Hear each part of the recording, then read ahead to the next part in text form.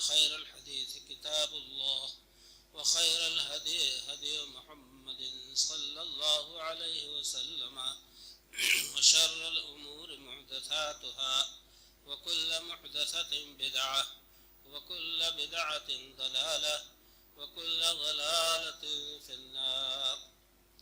أعوذ بالله السميع العليم من الشيطان الرجيم. بسم الله الرحمن الرحيم. قاف والقرآن المجيد بل عجبوا أن جاءهم منذر منهم فقال الكافرون هذا شيء عجيب أإذا متنا وكنا ترابا ذلك رجع بعيد قد علمنا ما تنقص الأرض منهم وعندنا كتاب حفيظ بل كذبوا بالحق لما جاءهم فهم في أمر مريج أفلم ينظروا إلى السماء فوقهم كيف بنيناها وزيناها وما لها من فروج والأرض مددناها وألقينا فيها رواسي وأنبتنا فيها من كل زوج بهيج تبصرة وذكرى لكل عبد منيب ونزلنا من السماء ماء مباركا فأنبتنا به جنات وحب الحصيد والنخل باسقات لها طلع نضيد رزقا للعباد وأحيينا به بلدة ميتا كذلك الخروج كذبت قبلهم قوم نوح وأصحاب الرس وثمود وعاد وفرعون وإخوان لوط وأصحاب الأيكة وقوم تبع كل كذب الرسل فحق وعيد أفأعينا بالخلق الأول بل هم في لبس من خلق جديد. قال الله تبارك وتعالى في مقام آخر لقد كان لكم في رسول الله أسوة حسنة. اللہ بزرگ و برتر کی بے حد و بے پایاں تعریف و توصیف کے بعد انگنت بے شمار درود و سلام ہوں امام الانبیاء سیدنا جناب محمد رسول اللہ صلی اللہ تعالی علیہ وسلم کی ذات گرامی پر. برادران اسلام،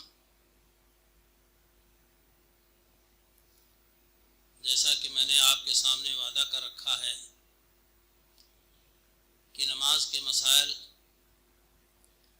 حتی الامکان کوشش بھر آپ کے سامنے بیان کروں گا جس سے ہماری نمازوں کی اصلاح ہو جائے. بھائی اور دوستو، جو آیت کریمہ میں نے تلاوت کی ہے کہ تمہارے لیے نبی صلی اللہ علیہ وسلم کی زندگی میں بہترین نمونہ ہے، آئیڈیل آپ صلی اللہ علیہ وسلم کی زندگی ہمارے اور آپ کے لیے. معاملات ہوں، عبادات ہوں، صلح و جنگ کے مسائل ہوں، اکل و شرب ہو، نشست و برخاست ہو اور سونا و جاگنا ہو، حتیٰ کہ استنجا پیشاب پاخانہ ہو، اللہ کے رسول صلی اللہ علیہ وسلم کی پوری زندگی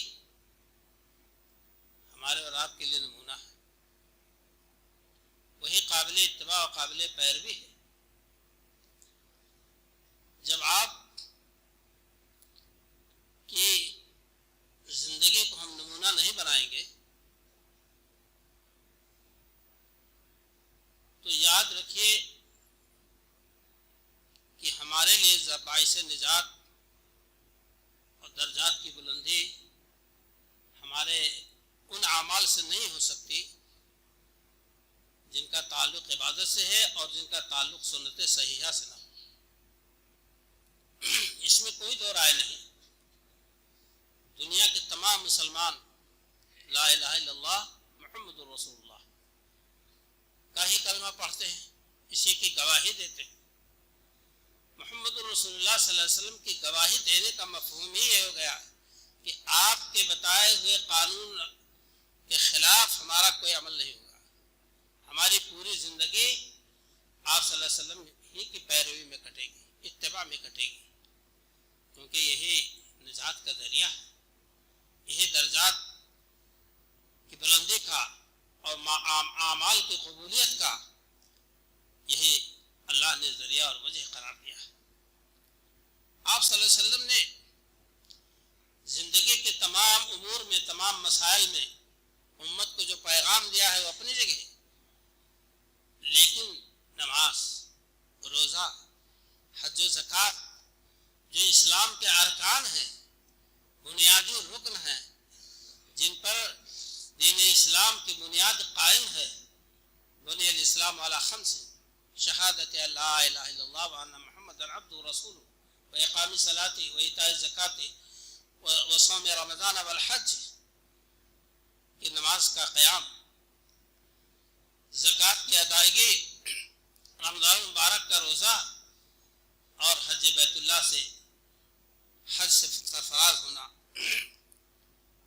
یہ بنیادی ارکان ہیں جن کی تفصیل جناب محمد رسول اللہ صلی اللہ علیہ وسلم نے قولاً و عملاً اپنی زبان مبارک سے فرما کر اپنے اعمال اور اپنے طور طریقے سے بتلا دیا، امت کو ظاہر فرما دیا. اگر ہم اس کو اپناتے نہیں ہیں، کوئی بھی نماز کا عمل سنت کے خلاف آپ نے کیا بلا تحقیق،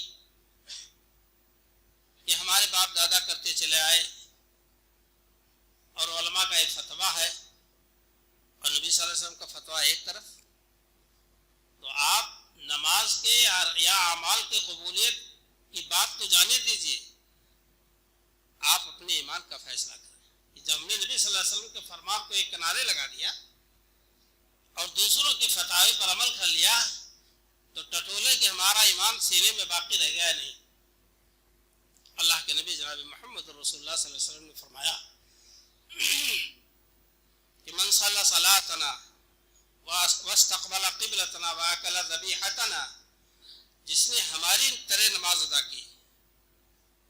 کی ہماری نماز کی طرح، اور ہمارے قبلے خانہ کعبہ کا رخ کیا نماز نے، اور ہمارے ذبیحہ کو، جو مسلمانوں کا ذبیحہ کا طریقہ ہے نبی صلی اللہ علیہ وسلم نے بتایا ہے، اس کو کھایا، اس ذبیحے کو، تو اللہ کے اور رسول کے ذمے ہو. میرے دوستوں اور بھائیوں، یہی نہیں، سنت کی اہمیت کے پیش نظر آپ صلی اللہ علیہ وسلم کی ایک حدیث ہے: من اکل طیبا وعمل فی سنت وعمل الناس بوائقہ دخل الجنہ. جنت کی بشارت، جنت کی سرٹیفکیٹ آپ فرما رہے ہیں کہ جس نے پاک کھانا کھایا، حلال روزی اپنے اندر ڈالا، اور وعمل فی سنت، اور سنت کے مطابق اس کا عمل رہا. آپ کھانا شروع کرتے بائیں ہاتھ سے شروع کر دیں، کہیں کھانا ہی تو ہے. پانی پینا شروع کر دیں بائیں ہاتھ سے، اور کہیں یہ پانی ہی تو پیا ہوں، کوئی ضروری ہے کہ دائیں ہاتھ لگائیں. پورا مسائل زندگی آپ کا جڑا ہوا ہے نبی اکرم صلی اللہ علیہ وسلم کی سنت سے. پھر نماز جیسی، روزہ جیسا عمل جو اللہ کی طرف سے اتارا گیا ہے، فرض کیا گیا ہے، وہ حج و زکوٰۃ، اگر اس میں ہم تھوڑا کنارہ کشی کریں صحیح مسائل سے، تو ہمارے اور آپ کے لیے بہت بڑی ندامت کی بات ہے، بڑی شرمندگی کی بات ہے. نبی صلی اللہ علیہ وسلم نے فرمایا کہ من اکل طیبا وعمل فی سنت وعمل الناس بوائقہ دخل الجنہ. جس نے حلال روزی کھائی اور سنت کے مطابق اس نے کام کیا، یہاں نماز ہی نہیں ہے، روزہ حج و زکوٰۃ ہی نہیں ہے، جتنے امور ہیں اس کے، بیوی بچوں کے مسائل، ماں باپ کے مسائل، پاس پڑوس کے مسائل، غربا مساکین کے مسائل، یہ ساری چیزیں عمل میں شامل ہیں. اور لوگوں کو اپنے ظلم زیادتی سے، اپنی ایذا رسانیوں سے محفوظ رکھا، لوگ اس کی شرارتوں سے محفوظ رہے، دخل الجنہ، وہ جنتی ہے۔ آپ صلی اللہ علیہ وسلم نے سرٹیفکیٹ دے دی 3 باتوں کی شرط لگا کر۔ آج میرے دوستوں اور بھائیوں، ہم اپنی نمازوں کا جائزہ لیں کہ ہماری نمازیں کس طرح سے ہوتی ہیں۔ پہلی بات تو یہ سمجھ لیں کہ اللہ کے رسول صلی اللہ علیہ وسلم نے ایک ایک شخص کی حرکتوں کو دیکھ کر بڑے پیار کے لہجے میں محبت سے ان کو سمجھایا۔ کہتے ہیں،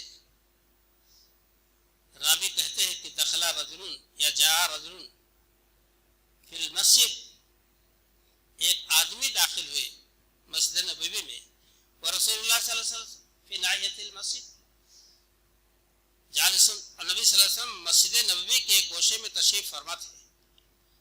وہ آئے اور انہوں نے نماز ادا کی، اور اس کے بعد آئے کہا السلام علیکم یا رسول اللہ، تو آپ نے فرمایا وعلیکم السلام ارجع فصلی فانک لم تصلی۔ آپ نے فرمایا کہ وعلیکم السلام، سلام کا جواب دیا، اور فرمایا ارجع، جاؤ، لوٹ جاؤ، پھر سے نماز ادا کرو، فانک لم تصلی، تمہاری نماز نہیں ہوئی۔ وہ پھر گئے، اسی طرح سے ادا کیا، پھر آئے سلام کیا، پھر لوٹا دیا، پھر گئے اور پھر آئے، پھر سلام کیا، پھر لوٹا دیا۔ تیسری یا چوتھی بار اس شخص نے عرض کیا اللہ کے رسول صلی اللہ علیہ وسلم، ہم کو علمنی صلاۃ، نماز کا طریقہ بتلا دیجیے۔ ان صاحب کی کیا غلطی تھی؟ روایت کے الفاظ بتلاتے ہیں کہ آپ صلی اللہ علیہ وسلم نے فرمایا کہ اذا قمت الى الصلاۃ فاسبغ الوضوء، جب تم نماز کی تیاری کرو، کھڑے ہو کہ اب نماز کے لیے جانا ہے، ارادہ کرو تو مکمل وضو کر لو۔ اور اس کے بعد آپ صلی اللہ علیہ وسلم نے فرمایا ثم استقبل القبلہ، پھر وضو کرنے کے بعد قبلہ رخ ہو جاؤ، ایک ایک پوائنٹ۔ اور آپ صلی اللہ علیہ وسلم نے فرمایا فکبر ثم اقرأ بما تيسر معك من القرآن، پھر اللہ اکبر کہو، اور قرآن سے جو بھی آسان ہو۔ آپ نے باؤنڈ نہیں کیا کہ سورہ فاتحہ پڑھو، آپ نے نہیں فرمایا کہ دعائے ثنا پڑھو، آپ نے فرمایا جو بھی قرآن تمہیں یاد ہو۔ جب وہ آدمی نماز کا طریقہ نہیں جانتا تھا تو آپ صلی اللہ علیہ وسلم سے کیا لمبی بات فرماتے؟ آپ نے اس کو کیا سمجھا کہ ثم ارکع حتی تطمئن راکعا، تم رکوع کرو، اس کے بعد اطمینان ہو جائے تمہیں، اور ثم ارفع راسک حتی تستوی قائما، پھر رکوع سے اٹھو یہاں تک کہ سیدھے کھڑے ہو جاؤ اور تمہیں اطمینان بھی ہو جائے۔ لگتا یہ ہے کہ نمازی آدمی، وہ آنے والا آدمی دھڑا دھڑ پھٹافٹ رکوع گیا، اٹھا، سجدہ کیا، اٹھا، یہ انداز اس کے نماز کا تھا۔ تو آپ صلی اللہ علیہ وسلم نے فرمایا کہ ثم اسجد، پھر جب سیدھے کھڑے ہو جاؤ، برابر ہو جائے ہڈیاں اپنی جگہ پر، ثم اسجد حتی تطمئن ساجدا، ثم ارفع راسک حتی تطمئن جالسا، ثم اسجد حتی تطمئن ساجدا، پھر سجدے میں جاؤ، اطمینان ہو جائے تمہیں سجدے میں رکھتے ہوئے، پھر سر اٹھاؤ اور اطمینان سے بیٹھ جاؤ، پھر اس کے بعد سجدہ کرو یہاں تم کو سجدے میں تمہیں اطمینان حاصل ہو جائے۔ آپ صلی اللہ علیہ وسلم نے اسے یہ فرمایا کہ ثم ارفع حتی تستوی قائما، ایک روایت میں پھر آپ نے فرمایا جب ایک رکعت پوری ہو جائے تو سیدھے کھڑے ہو جاؤ، اور ثم افعل ذالک کلہ فی صلاتک، پھر ساری ادائیں آپ کی نماز میں اسی طرح سے ہوں، بقیہ نماز، بقیہ رکعات۔ کہ آپ صلی اللہ علیہ وسلم نے اس شخص کو، آنے والے اپنے پیارے صحابی کو، آپ صلی اللہ علیہ وسلم نے جو درس دیا، بہت بڑی عبرت کی بات ہے۔ آج ہم کو تو سورہ فاتحہ یاد ہے، آج ہم کو تو دعائے ثنا یاد ہے، آج ہم کو تو رکوع و سجدے کی دعائیں یاد ہیں، یا بعض دعائیں نہیں یاد ہیں، لیکن اس کے باوجود ایسا قطر بود نماز میں ہوتی ہے، فٹافٹ فٹافٹ فٹافٹ، جیسے معلوم ہوتا ہے کہ آنے سے زیادہ بھاگنے کی فکر ہے، نماز سے زیادہ فکر سلام پھیرنے کی ہے۔ آپ صلی اللہ علیہ وسلم نے ایک ایک پوائنٹ ارشاد کی، اور اس کے بعد برادران اسلام اللہ کے رسول صلی اللہ علیہ وسلم نے فرمایا کہ ثم افعل ذلك فی صلاتک کلھا، اپنی پوری نماز میں تم اسی طرح سے اطمینان سے ادا کرو۔ آج یہ چیز ہمارے اندر مفقود ہے، جیسے کہ اندر سے ہڑبڑ مچا ہے کہ نماز کب پوری ہو جائے، بھاگ لے۔ اللہ کے رسول صلی اللہ علیہ وسلم کی دوسری روایت عائشہ رضی اللہ تعالیٰ عنہ سے ہے، یستفتح الصلاۃ بالتکبیر وقراءۃ بالحمد للہ رب العالمین۔ آپ صلی اللہ علیہ وسلم نماز کا افتتاح اللہ اکبر سے فرماتے ہیں اور قراءت الحمدللہ رب العالمین سے فرماتے ہیں، اور اس کے بعد وَكَانَ إِذَا رَكَعَ لَمْ يَشْخُصْ رَأْسَهُ وَلَمْ يَصُبْهُ، اور جب آپ رکوع فرماتے تو سر کو اتنا نہیں جھکاتے کہ یہ گردن اور پیٹھ جو ہے اونچے ہو جائے اور سر نیچے ہو جائے، جیسا بعض لوگ کرتے ہیں کہ ہاتھ ڈھیلی کر لیتے، ہاتھ کی کونیاں ڈھیلی کر لیا اور جھکا دیا سر کو، بہت کافی۔ یا یہ کہ ایسے اکڑ کے رکوع کیا کہ پیٹ اور سر برابر نہیں ہوا اور سر اٹھا ہوا ہے۔ عائشہ رضی اللہ عنہ کا دیکھا ہوا اپنی آنکھ سے بیان کرتے ہیں کہ آپ کے سر مبارک اور آپ کی کمر اور پیٹھ برابر ہوتی تھی، اور فرماتے ہیں کہ آپ صلی اللہ علیہ وسلم ولكن بين ذلك وكان اذا رفع راسه من الركوع لم يسجد حتى يستوي قائما، جب آپ رکوع سے اٹھتے تو سجدہ اس وقت تک نہیں کرتے جب تک کہ آپ سیدھے نہ کھڑے ہو جائیں۔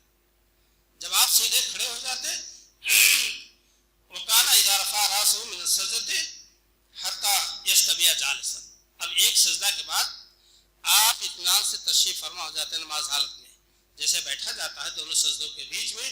وہ بتلاتی ہے وَكَانَ يَقُولُ فِي كُلِّ رَكَعَتَيْنِ التَّحِيَّةَ، اور ہر دو رکعات پر آپ التحیہ پڑھتے ہیں، التحیات للہ والصلوات والطیبات والسلام علیکہ، اور فرماتی ہے کہ آپ صلی اللہ علیہ وسلم وَكَانَ يَفْرِشُ رِجْلَهُ الْيُسْرَىٰ وَيَنْصِبُ رِجْلَهُ الْيُمْنَىٰ، آپ جب دو رکعات میں بیٹھتے تحیات میں تو بائیں پاؤں کے پورے اس کو پاؤں کا جو ہے حصہ قدم کا آپ بچھا لیتے اور اسی پر آپ بیٹھتے، اور داہنے پاؤں کو آپ کھڑا رکھتے، اس کے جو ہے پنجے زمین پر ہوتے اور قبلہ کی طرف انگلیاں ہوتی، اور اس طرح سے آپ تشریف فرما ہوتے دو رکعت پڑھ کر۔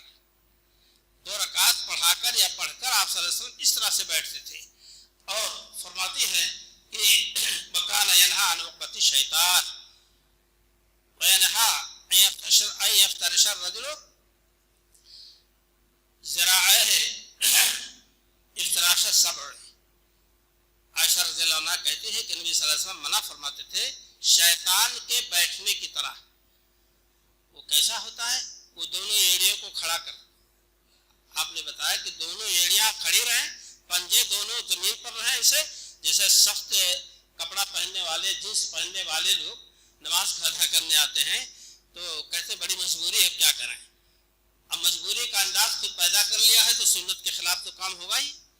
آپ فرماتے ہیں کہ نبی صلی اللہ علیہ وسلم نے اس کو شیطان کے مانند بیٹھنے کو قرار دیا، شیطان سے آپ صلی اللہ علیہ وسلم نے نمازیوں کو منع فرمایا۔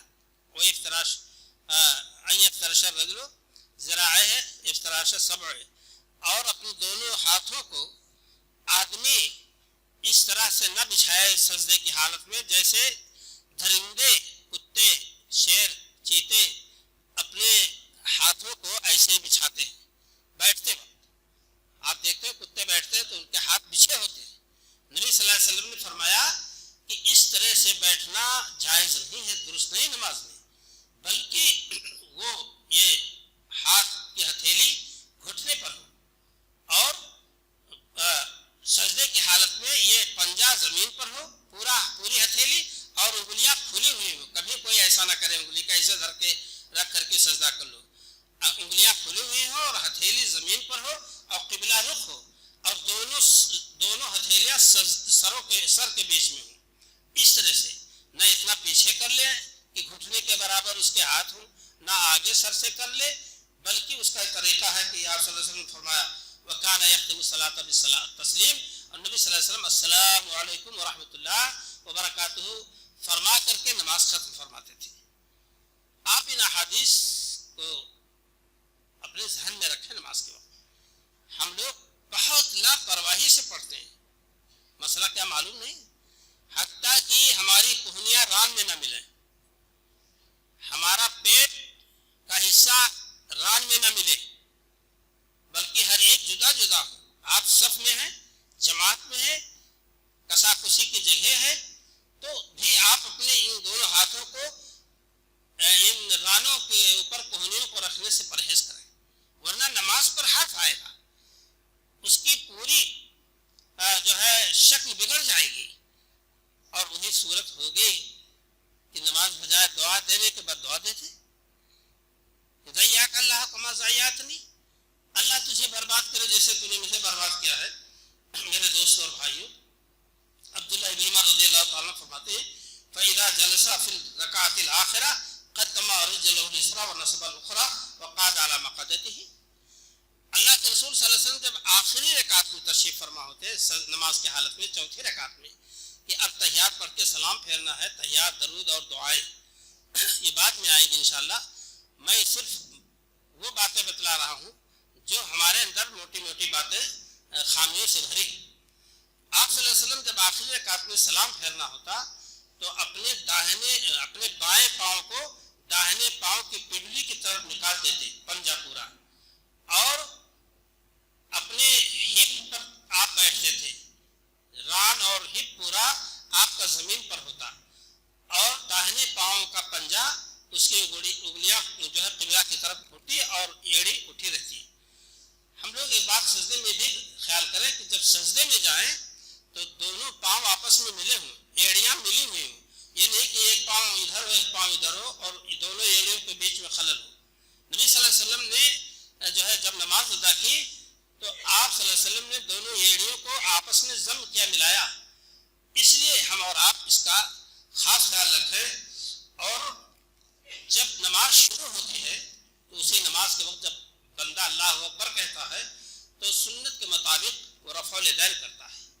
رفع الیدین کے لیے رسول اللہ صلی اللہ علیہ وسلم کے دو طریقے، ایک تو یہ کہ آپ کی یہ انگلیاں قبلہ رخ ہو، ہتھیلی اور کندھے کے محاذات میں مقابل میں ہو، اور دوسرا ہے کہ آپ یہاں تک کان کے لو تک اپنے انگوٹھے کو لے جائیں اور یہ انگلیاں قبلہ کی طرف ہو اور سر کے برابر ہوگا، اور اس سے زیادہ تو ہو ہی نہیں سکتا، مگر سر کے اوپر ہاتھ اٹھا لینا یہ درست نہیں ہے۔ دو ہی صورتیں اس کی رسول اکرم صلی اللہ علیہ وسلم سے ثابت ہے، ایک تو ہماری ہتھیلیاں قبلہ کی طرف ہوں، اور یہ ہاتھ کے پنجے دونوں کاندھوں کے محاذات اور مقابل میں ہوں، اور یا یہ کہ کان کے لو تک کہ ہمارا انگوٹھا پہنچے، اور اس کے اوپر جو ہے اگر انگلیاں جا رہی ہیں تو جائیں گی۔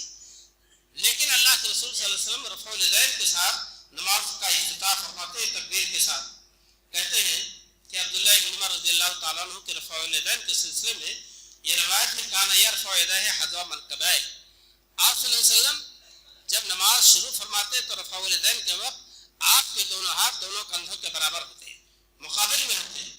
وَإِذَا كَبَّرَ الرُّكُوعَ، اب جب رکوع کے لیے آپ تکبیر فرماتے کہ اللہ اکبر، اب رکوع میں جاتے وقت آپ نے رفع الیدین کیا، رفع یدیہ، رفع راسہ، وَإِذَا رَفَعَ رَاسَهُ مِنَ الرُّكُوعِ، اور جب اپنے سر کو رکوع کے لیے جھکایا تو آپ نے رفع الیدین کیا اور رفعہما، ان دونوں ہاتھوں کو اٹھایا، وقال سمی اللہ لمن حمدہ، اور جب آپ نے سمی اللہ حمدہ کہا تو اس وقت بھی آپ نے رفع الیدین فرمائے، اور فرماتے وقال لا يفعل ذلك في السجود، آپ رفع الیدین سجدوں میں نہیں فرماتے تھے کہ اب سجدے میں جا رہے ہیں تو رفع الیدین کریں، اگر کوئی دھوکے سے کرتا ہے تو غیر مسنون عمل ہے۔ رفع الیدین شروع تکبیر کے وقت اور رکوع میں جاتے وقت، رکوع سے اٹھنے کے بعد اٹھتے وقت سمی اللہ لمن حمدہ کہتے وقت، اور تیسری رکعت کے لیے جب آپ 4 رکعت کی نماز پڑھ رہے ہوں اور 2 رکعت پر تحیات پڑھ کر کے آپ اٹھے تو تیسری رکعت کے لیے بھی رفع الیدین کر کے پھر سجدے پہ نیت آنا ہے۔ میرے دوستوں اور بھائیوں، ہاتھ باندھنے کے بارے میں بالعموم جتنی روایتیں ہیں کہ صدر ہے اور اسی طرح سے ناف کے اوپر ہے، جو صحیح روایتیں ہیں۔ ناف کے نیچے کی روایت تو جو روایت ہے وہ بہت ہی ضعیف ہے، اس کو سبھی طبقات کے علماء بھی مانتے ہیں کہ روایت ضعیف ہے، اور وہ ہو بھی نہیں پائے گا جیسا کہ رسول اللہ صلی اللہ علیہ وسلم کا طریقہ ہے، اگر آپ اس کو اپنا لیں تو ایسی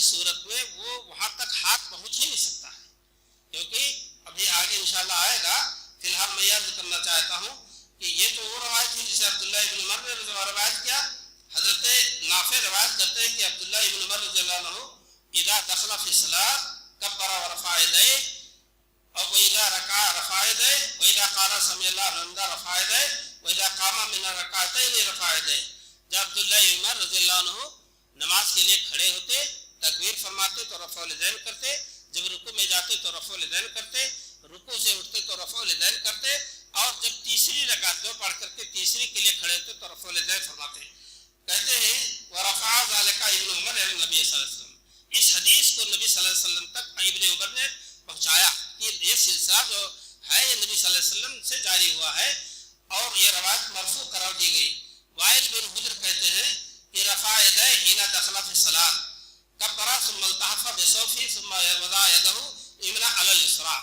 کہ نبی صلی اللہ علیہ وسلم نے جب نماز شروع کی تو تکبیر کہی اور چادر اوڑھے ہوئے تھے کہ چادر کے اندر ہاتھ ڈال کے اور انہوں نے نیت باندھی, اور اس کے بعد جب رکوع کا ارادہ کیا تو اخرج یدیہ من الثوب, کہتے ہیں اپنے دونوں ہاتھوں کو کپڑے کے اندر سے نکالا, ثم رفعهما, ان دونوں ہاتھوں کو اٹھایا, وکبر اور تکبیر کہی, اور اس کے بعد جب رکوع میں سے اٹھے فلما قال سمع اللہ حمدہ رفع یدیہ, اور جب سمع اللہ حمدہ کہا تو اپنے دونوں کو اٹھایا. یہ کہتے ہیں کہ وضع یدہ الیمنی علی الیسری, اپنے ہاتھ داہنے ہاتھ کو بائیں ہاتھ پر رکھا. اب ہاتھ کو ذراع کہتے ہیں یہاں سے اتنے کو, ذراع عربی میں یہاں سے لے کر اتنے کہتے ہیں, اور اس کو ید کہتے ہیں قرآن کے روح سے حدیث کے روح سے. یدہ الیمنی علی الیسری علی ذراعہ الیسری, بائیں. اب جب آپ اس پر رکھیں گے ہتھیلی بھی رہے اوپر کی اور یہ اس طرح رکھیں گے تو آپ کا موقف صحیح ہوگا کہ نافی کے اوپر آپ کا جو ہے آپ کی نیت بدھے گی, آپ کا ہاتھ بدھے گا, ناف کے نیچے وہ جا ہی نہیں سکتا ہے.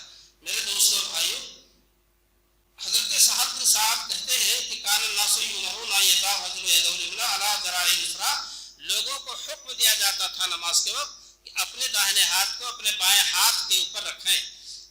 یہ روایات ہیں میرے دوستوں اور بھائیوں جس کو اپنانا ہماری اور آپ کی ذمہ داری ہے. یہ ابھی میں نے دعاؤں کا تذکرہ نہیں کیا ہے. دراصل اللہ کے رسول جناب محمد رسول اللہ صلی اللہ علیہ وسلم کا طریقہ کار دین کے بارے میں بہت ہی آسان طریقہ آپ اختیار فرماتے ہیں کہ اس کے اوپر پہلے وہلہ ہی میں بوجھ نہ پڑ جائے. طلحہ بن عبید اللہ کہتے ہیں کہ ہم لوگ بیٹھے تھے, رسول اللہ صلی اللہ علیہ وسلم تشریف فرما تھے کہ جاء من اہل نجد سائر الراس نسمع طبیع صوتہ ولا نفقہ ما یقول. وہ کہتے ہیں کہ ہم لوگ بیٹھے تھے, ایک آدمی نجد کے علاقے سے آیا. نجد اصل میں اوالی مدینہ کے اونچائی جگہ کو نجد کہا جاتا ہے. تو وہاں سے وہ آیا. کہتے ہیں ہم لوگ سوائے بھنبھناہٹ کی آواز کے کچھ نہیں سن رہے تھے. وہ دور ہی سے کچھ بول رہا تھا تو گنگناہٹ اور بھنبھناہٹ کی آواز آ رہی تھی. کہتے ہیں ما نفقہ ما یقول, ہم لوگ سمجھ نہیں پا رہے تھے وہ کیا کہتا چلا آ رہا ہے آدمی بیچارہ. اللہ اس بندے پر رحم فرمائے. حتی دنا من رسول اللہ صلی اللہ علیہ وسلم, یہاں تک کہ رسول اللہ صلی اللہ علیہ وسلم کے پاس آئے, قریب میں آئے.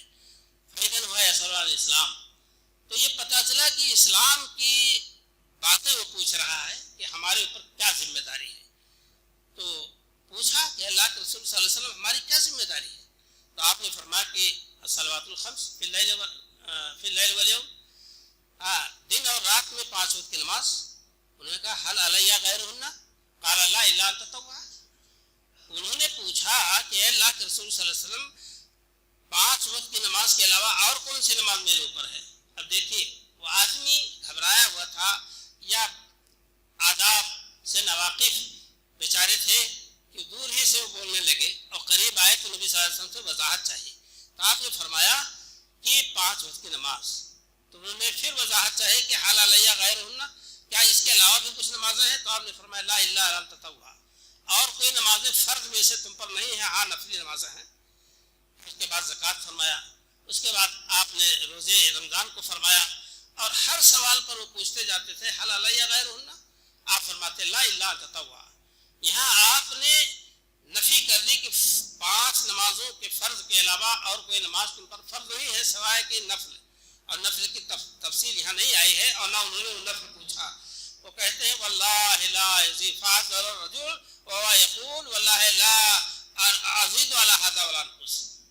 راوی کہتے ہیں اس آدمی نے پیٹ پھیری چل دیا اور اللہ کا حوالہ دیا. اس نے کہا اللہ کی قسم لا ازيد ولا هذا ولا انقص، میں اس فرمان نبوی پر نہ کم کروں گا نہ زیادہ.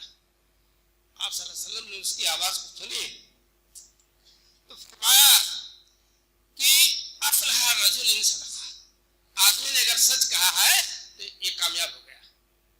میرے دوستوں اور بھائیوں، یہ نماز معراج کا تحفہ اس امت کو ملا. 5 وقت کی نماز ادا کرے 50 وقت کا ثواب ہے. آج مسجدیں خالی ہیں، اور اگر نمازیوں میں کچھ نمازیوں میں جذبہ ہے تو وہ 4 وقت کی نمازی ہیں. 5 وقت نہیں پوری ہوتی ہے نماز کی باجماعت مسجد میں آ جائے. بہت افسوس کی بات ہے، بے حد افسوس کی بات ہے. عیش اور اس میں تمغل میں آدمی بالکل کھایا ہوا ہے، آرام کے بستر پر لیٹا ہوا ہے کہ کون جائے اٹھے، کون جائے نماز میں. گھر ہی پر جاؤ ادا کر لیں. گھر پہ تو نمازوں کی عورتوں کی نماز افضل ہے. مردوں کے لیے تو اللہ کے رسول صلی اللہ علیہ وسلم نے جماعت کو لازم قرار دیا ہے. بہرحال اللہ کے رسول صلی اللہ علیہ وسلم اس طرح سے آپ نماز کا طریقہ بتلا رہے ہیں اور کہتے ہیں کہ تکبیر تحریمہ رکوع جاتے وقت اٹھتے وقت اور دونوں سجدوں کے بیچ کی دعائیں انشاءاللہ بعد میں آئیں گی. کہتے ہیں کہ آپ صلی اللہ علیہ وسلم جب تشہد کے لیے بیٹھتے، جب جس میں سلام پھیرنا ہوتا تو اس میں اخر رجلہ اليسریٰ وقعد متبرکا علی شقہ الایسر، آپ بائیں پاؤں کو داہنے پاؤں کی طرف نکال لیتے پٹری کے نیچے سے، اور داہنے پاؤں کے پنجے کو آپ قبلہ کی طرف کرتے، ایڑیاں کھڑی ہوتی اور اس طرح سے آپ اپنے پاؤں پر بیٹھتے ران پر. تو آپ صلی اللہ علیہ وسلم کی ساری باتیں عمل بخاری، مسلم، ابن ماجہ، ترمذی کی روایات میں نے آپ حضرات کے سامنے پیش کیے.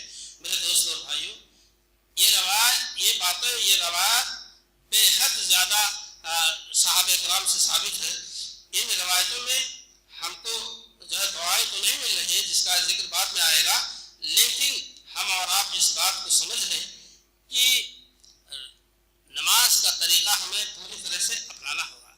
ایک بار رسول اکرم صلی اللہ علیہ وسلم نے فرمایا کہ صلوا کما رأیتمونی اصلی، میرے صحابہ تم نماز ایسے پڑھو جیسے مجھے پڑھتا ہوا دیکھتے ہو.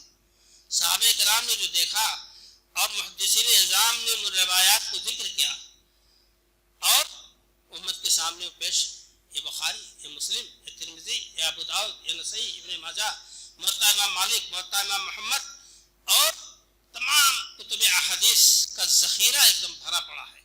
آپ ان میں تلاش کریں کہ نماز کا طریقہ کیسا تھا. ہماری کوشش تلاش کی نہیں ہے، ہماری کوشش تلاش کی کچھ نہیں ہے کہ اس پر آپ کو اطمینان قلب ہو جائے. اطمینان قلب تو اللہ کے رسول صلی اللہ علیہ وسلم کے حوالے سے تو بات ہو ہی جانی چاہیے، لیکن اطمینان قلب کا مفہوم جانتے ہیں کیا ہے؟ حضرت ابراہیم علیہ السلام نے عرض کیا کیسا تحیی الموتیٰ، میرے رب تم مردے کو کیسے زندہ کرتا ہے؟ قال اولم تؤمن، اللہ نے پوچھا کہ تمہیں اطمینان نہیں، ایمان نہیں اس پر؟ قال بلا ولکن لیطمئن قلبی، کیوں نہیں اطمینان ہے اللہ تعالیٰ؟ اطمینان لیکن ذرا مجھے ایمان ہے لیکن اطمینان تو ہو جائے، دیکھ لوں منظر. اللہ نے دکھا دیا، کہا 4 چڑیاں پکڑو اور ان کو کاٹ کر کے ذبح کر کے اور کوٹ کر کے رکھ دو، چاروں کو پہاڑ پر بلاؤ کو، ثم ادعوهن یاتینک سعیا، انہیں بلاؤ چشکارو کہ آؤ، بس وہ اڑتی دوڑتی ہی چلی آئیں گی تمہارے پاس، دیکھ لینا کیسے میں زندہ کرتا ہوں. اطمینان قلب مسائل کے لیے میں عرض کر رہا ہوں. اس لیے میرے دوستوں اور بھائیوں، ہم اور آپ سے، ہم خود اور آپ اس بات پر متوجہ ہوں کہ جناب رسول اللہ صلی اللہ علیہ وسلم کی سنتوں کو کسی بھی معاملے میں حقیر نہ سمجھیں گے، نظر انداز نہ کریں گے، عبادت نہ کریں گے کہ ارے سنت ہی تو ہے، تب اس کا مطلب رسول ہی نہیں آپ کو محبوب ہے اور نہ پیارے ہیں، نہ ان کی بات آپ کو پیاری ہے. اس لیے آپ اس کی نوٹس لیں اور نماز، روزہ، حج و زکوٰۃ، دینی احکامات اور مسائل کا تعلق صرف قرآن و سنت سے ہے. اللہ تعالی ہم سب کو اس کی توفیق عطا فرمائے کہ ہم صحیح معنوں میں نمازی بن جائیں اور قرآن و سنت کے مطابق ہمارے اعمال انجام پائیں.